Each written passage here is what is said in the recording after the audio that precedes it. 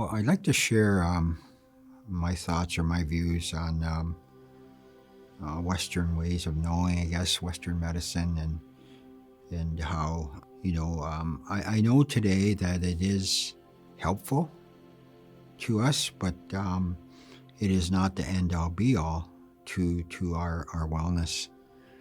And if I think about back in the day when we lived off the land, we didn't have Shoppers Drug Mart. We didn't have Guardian. All we had was the land. And a lot of all those medicines came from the land and water.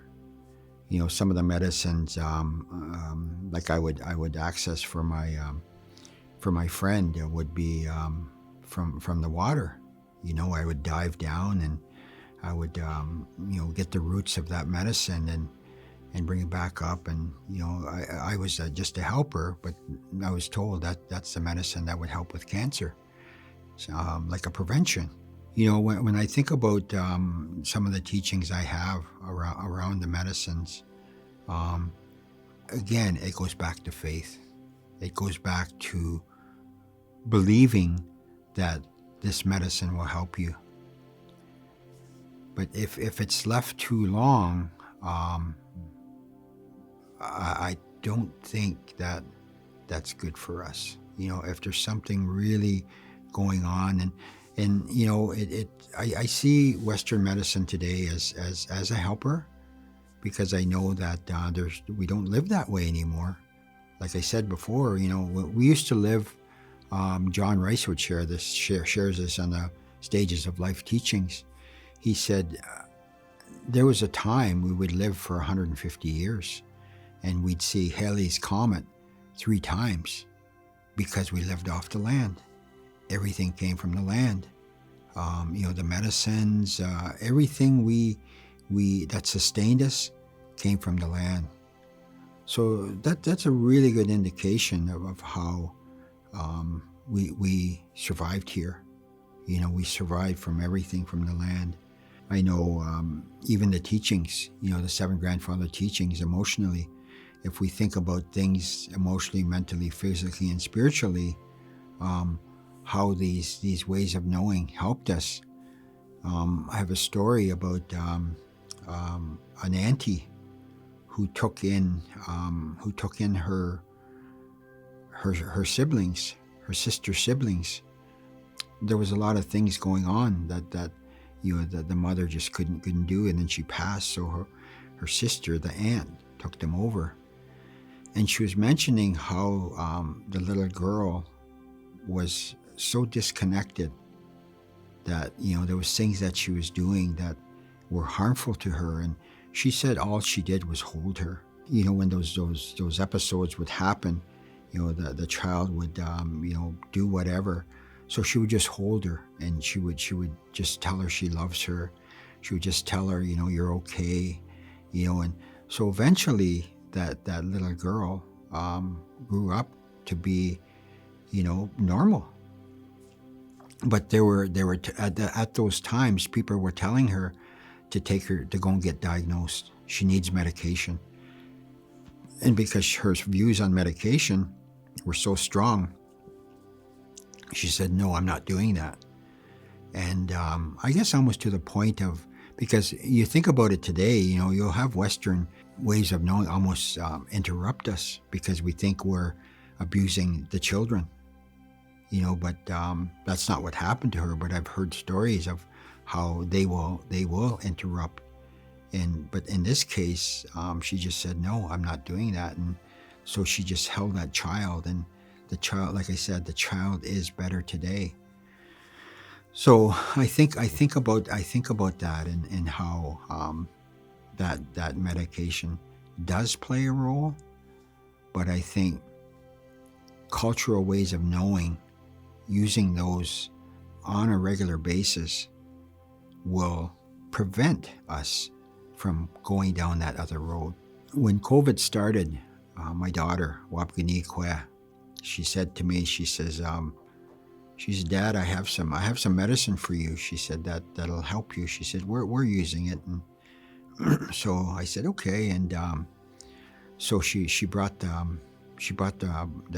was bark. It was from a sapling.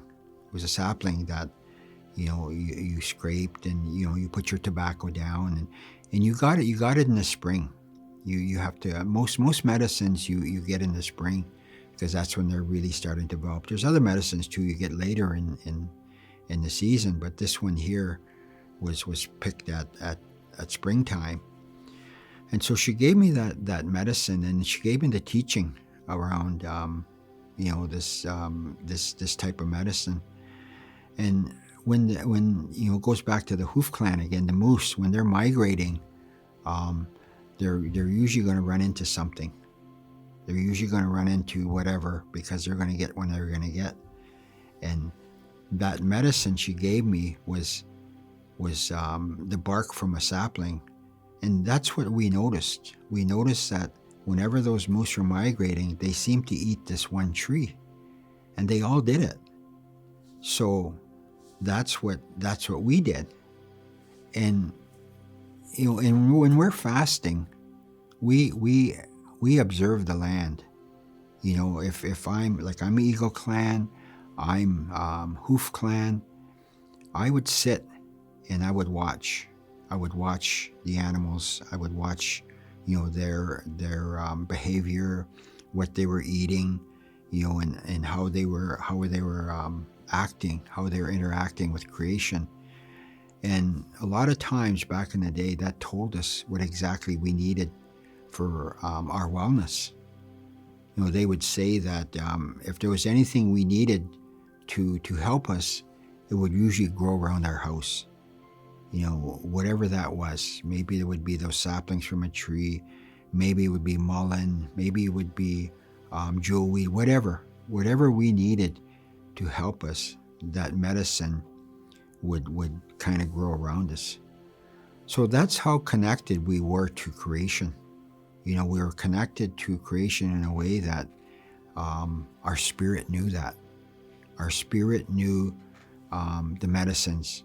Like I said, if they grew around us, the spirit knew that. The spirit would know that this is what I need. So we would have those. If we didn't have those teachings, we would go to a medicine man or a medicine woman, and they would tell us how to use that. And that's a responsibility that, we don't take lightly. That person has to be well trained, has to be given that responsibility. Because again, if the medicine is confused, that's not good for us. Because that medicine knows what it's made for, what it's supposed to be used for. And if we're, like I said, we try to follow protocol. If we're using those medicines in a way for something else, that's very confusing. So it's not good for us. And much like Western medication, if they don't know that's going to be good for us, that's not good for our body, right? But with Indigenous ways of knowing, those will not impact us in a way that Western medicine does. Because if that medication is if they don't have the right diagnosis, that could be harmful to us, right?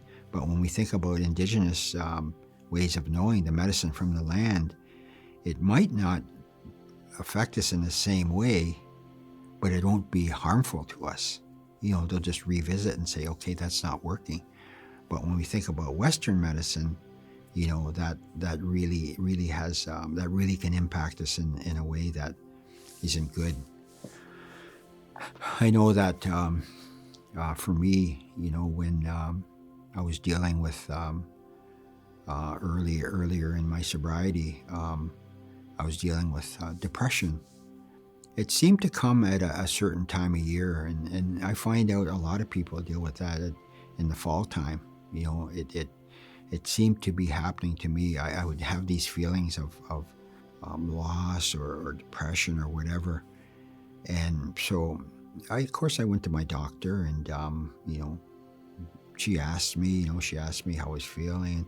So I was prescribed some a certain medication that was supposed to help me. But at the time, I was also getting on my path. I was working with my mentor, and and I felt kind of guilty about that, using this medication, because I was going into sweat lodge. I was doing all those things as a helper. But I did tell my mentor. I said, I'm dealing with some stuff here, and this is what they're telling me. So he said to me, he said, well, he says, they're telling you what you have to do. He said, but that's up to you. He said, I think what you're doing here, he says, helps too. He didn't tell me not to use that medication. He gave me that choice. He gave me the choice of either taking it or thinking about, what I'm doing in terms of the teachings and helping and learning that way of life. So I thought about that, and again, because I wanted to be pure when I would go into those lodges. I didn't want anything in me, or when I go fasting, I just wanted to be totally pure. And I know that Western medicine stays with us for a long time, so I started to stop taking them. And so I told him, and he said, well, I don't think you should stop taking them. He said, I think you should go to your doctor and tell them that you're what you're doing. So I said, yeah, okay. So I went, and then so she prescribed a lesser dose. And I can't say if it really helped me, because I don't remember. It's almost like the teachings kind of took over. And I believe it was around faith, believing that this other, like our way, was working with how I was feeling. And so even though she cut down the doses, I don't even remember when I stopped taking it. All I know is that I stopped taking it. Next thing you know, I looked at my medication. I had all these pills left, but I was feeling better. I was feeling better about things. So I did go to my doctor again, and she asked me how I was doing. I said and I told her, I said, here's what I'm doing, here's what I did. And she said, okay, if you don't need them, that's she was a good doctor, and she understood. And so I didn't need that. But one of the things too, I think back in the day, if I would have really relied on that, I think I might have got dependent on that. It goes back to that holistic process again. Western medication, it really doesn't look at all the other components. It like say for mine, it was the mental. That medication dealt with the mental. It didn't deal with the emotional. It didn't deal with the physical, and it didn't deal with the spiritual part. It just dealt with that one component. So when we think about an Indigenous worldview, when I took that bark drink, I thought about everything. I thought about the animals, and that teaching of they will help me. I thought about Mother Earth, that it's coming from Mother Earth physically. I'm going out to get that medicine. Then emotionally, I'm so grateful for my daughter that she got that from me. So that's how I looked at it. So mentally, emotionally, spiritually, and physically, that's what our medicines do. And when we think about Western medicine, like I said, that would only combat one area of my physical being, of this vessel, I guess you could say. So that's the difference. I feel that's the difference in our medication. We have Western medicine, which my experience would only deal with one component. Then we have Indigenous ways of knowing. It deals with everything. It deals with all those components. I think, when I go and pick those medicines, I don't know a lot of medicines to pick, because that's not my area. But I do know there's medicines that I can pick for me. Like when I go to get sweetgrass, I go and I offer my tobacco, and there's certain ways you pick sweetgrass. Or I go to pick wigwas, birch bark, for the spirit plates I make. There's a certain way to do that. and because I'm honoring creation. I'm honoring all those things that Creator has given me to help me, and that's my area. I go to pick sage, I honor how that's done, so it's really a lot about respect, respecting creation and respecting everything we've been given. Even when I go like Sweat Lodge, what that does for me, emotionally, mentally, physically, and spiritually, that covers all the bases, I feel. As a helper, I would go and I would pick those grandfathers, and I'd offer that tobacco. I'd say, before I pick that grandfather up, I would offer that tobacco to say, miigwech, you're for coming and giving your life, because that's what they're doing, right? They're giving their life so that we can have a good life.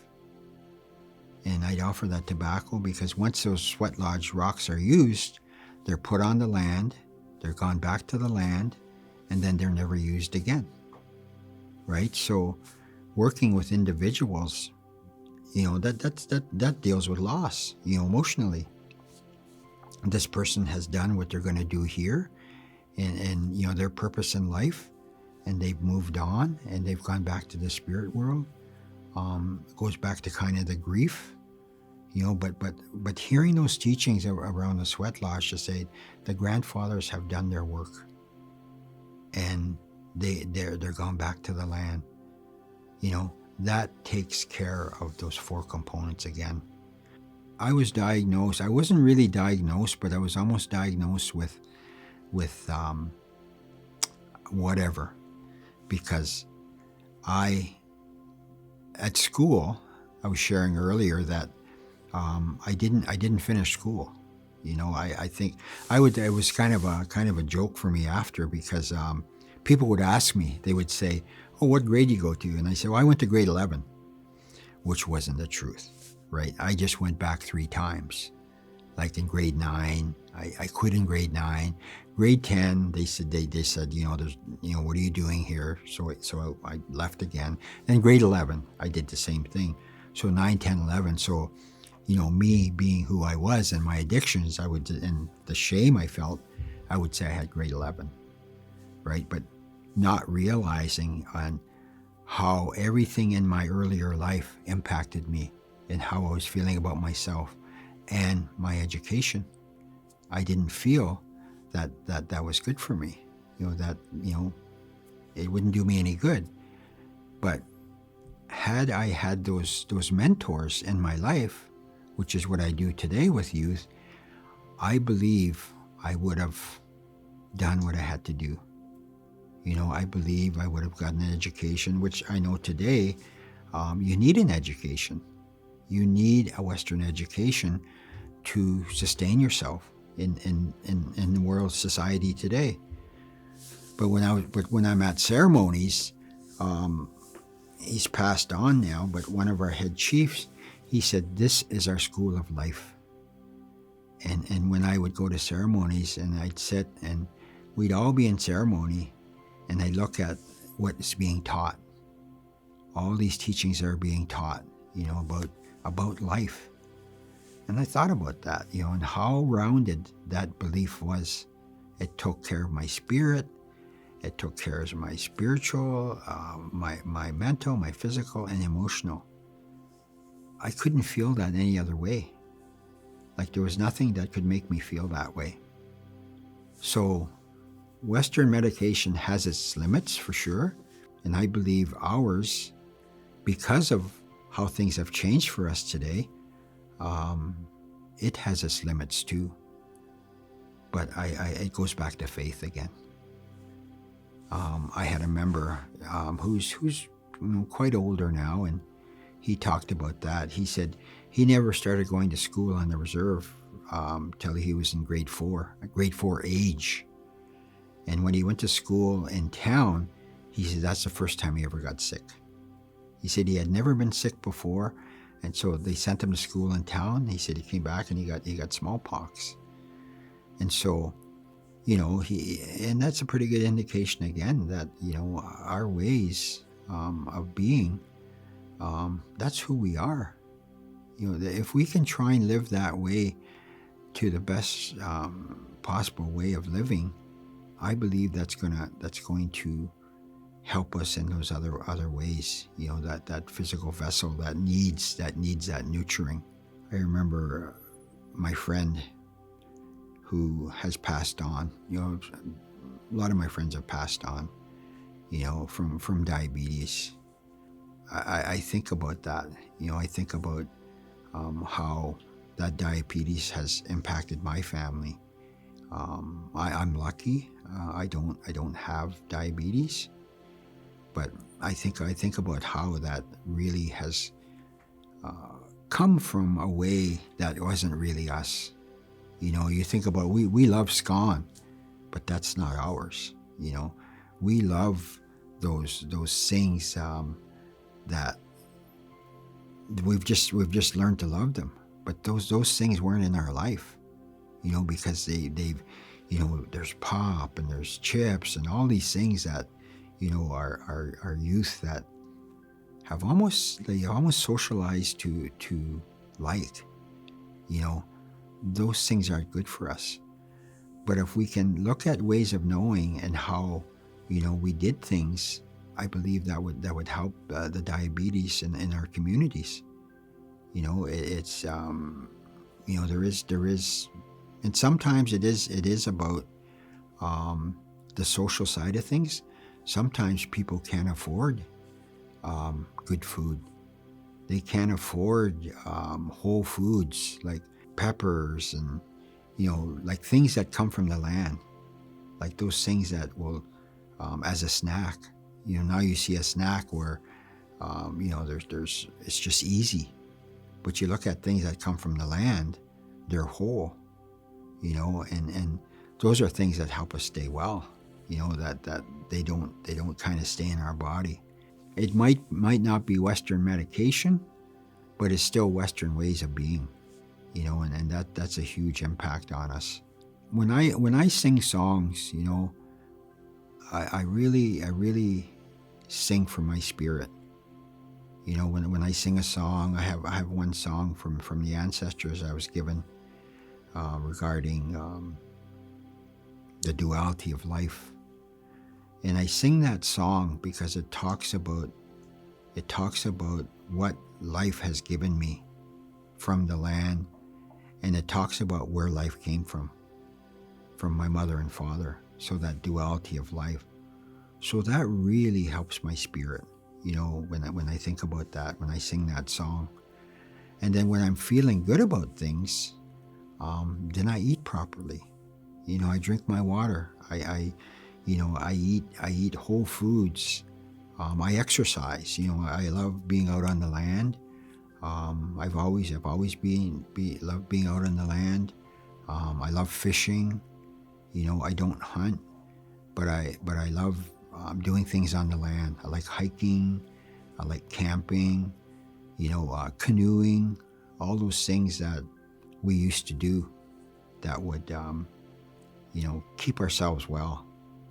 Keep that I guess that thought process in a way that this is what life is to do these things, and again, that keeps us away from those feelings of depression, loneliness, because Mother Earth provides everything. What does my son say? My son says, Mother Earth provides for all. And I see that today, like today that I live a better life today, that Mother Earth does provide, but we have to go out and do that. We have to do that ourselves. Nobody can say, here it is, because that's the physical part of going out and obtaining those ways of knowing.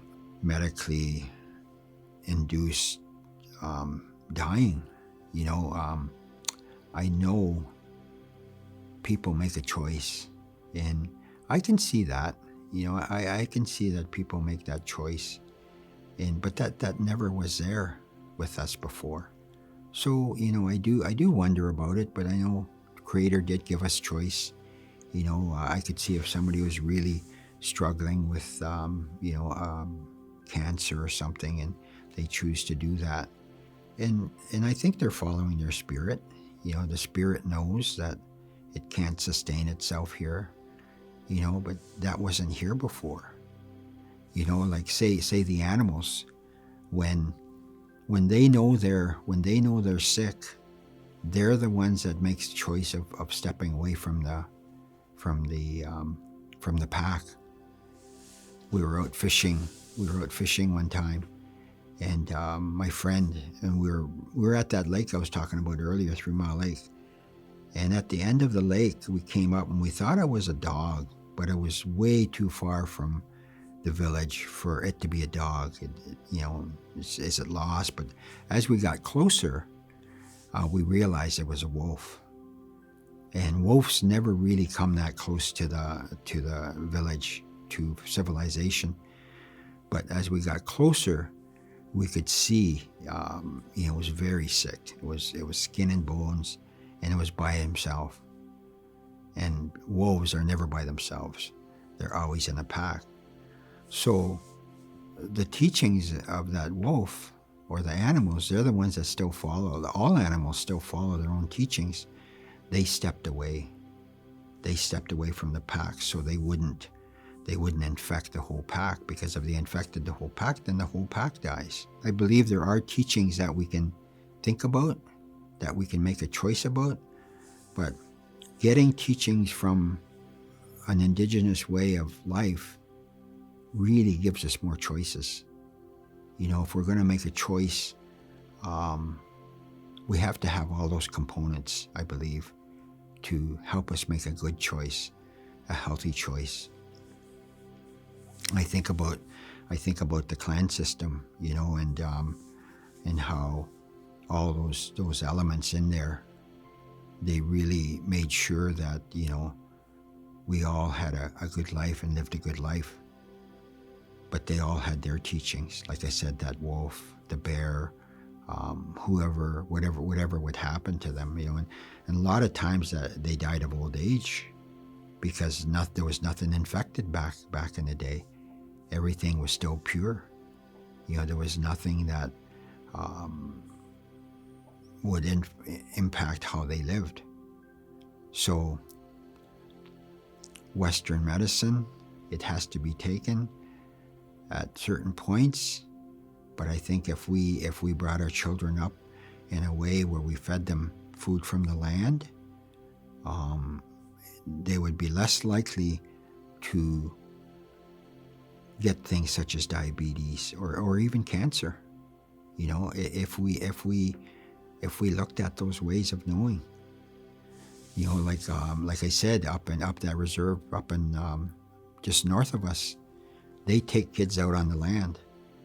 They take them out every year, and I think this year there was something like 30 youth out on the land, and they were all learning how to, what they call dogging, chasing the deer. And then once they have the deer or the moose, they hang them, they bleed them, they gut them, they teach them how to cut up the deer. So that's getting back to the ways, that's a healthy way of living. And all that meat that is gathered is dispersed to the local communities. Everybody gets something like that. Gets the deer or the moose. With the fish, they're doing the same thing with the fish. They're learning how to milk fish, with the pickerel and at pickerel season. Again, fish is a good thing, a good source of fat for our diet.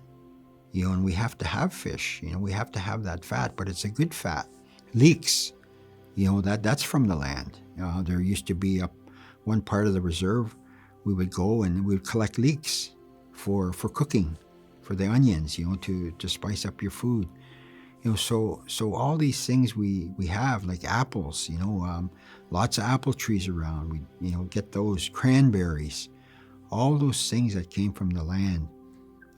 Those would help us keep this body the way it was originally meant to be, was to be almost like a traditional way of living, right? This is what the body knows. This is what the spirit knows, so again, that helps us emotionally, mentally, physically, and spiritually. I think that I have this one youth, and I think about, and unfortunately, he's had a very hard life. 15 years old, and he's been on medication for I don't know how long, but I've been working with him for about going on 3 years now, and I just try and maintain with him, the teachings and his name, and because he's kind of past that point, and sometimes I get there and he's so drugged out that I can't sit with him, and so I have to schedule times to say, okay, is he good? Can I come today? But I think, if we looked at his behaviors, and like I said, I said, well, one thing about technology is a Fitbit, because what happens with him is that he gets worked up and then he acts out.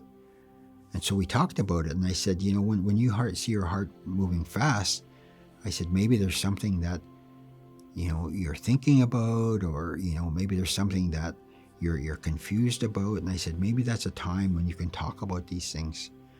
And so we talked with it about the people in that where he's staying. And I said, maybe we could look at things like that, that help him, rather than give them medication, because like I said, sometimes I can't even see him because he's so drugged out, or I ask about dreams. I say, how was your dreams? And he'll say, well, I had a bad dream the other night. And I said, did you tell the people you're staying with? And he said, no, I didn't.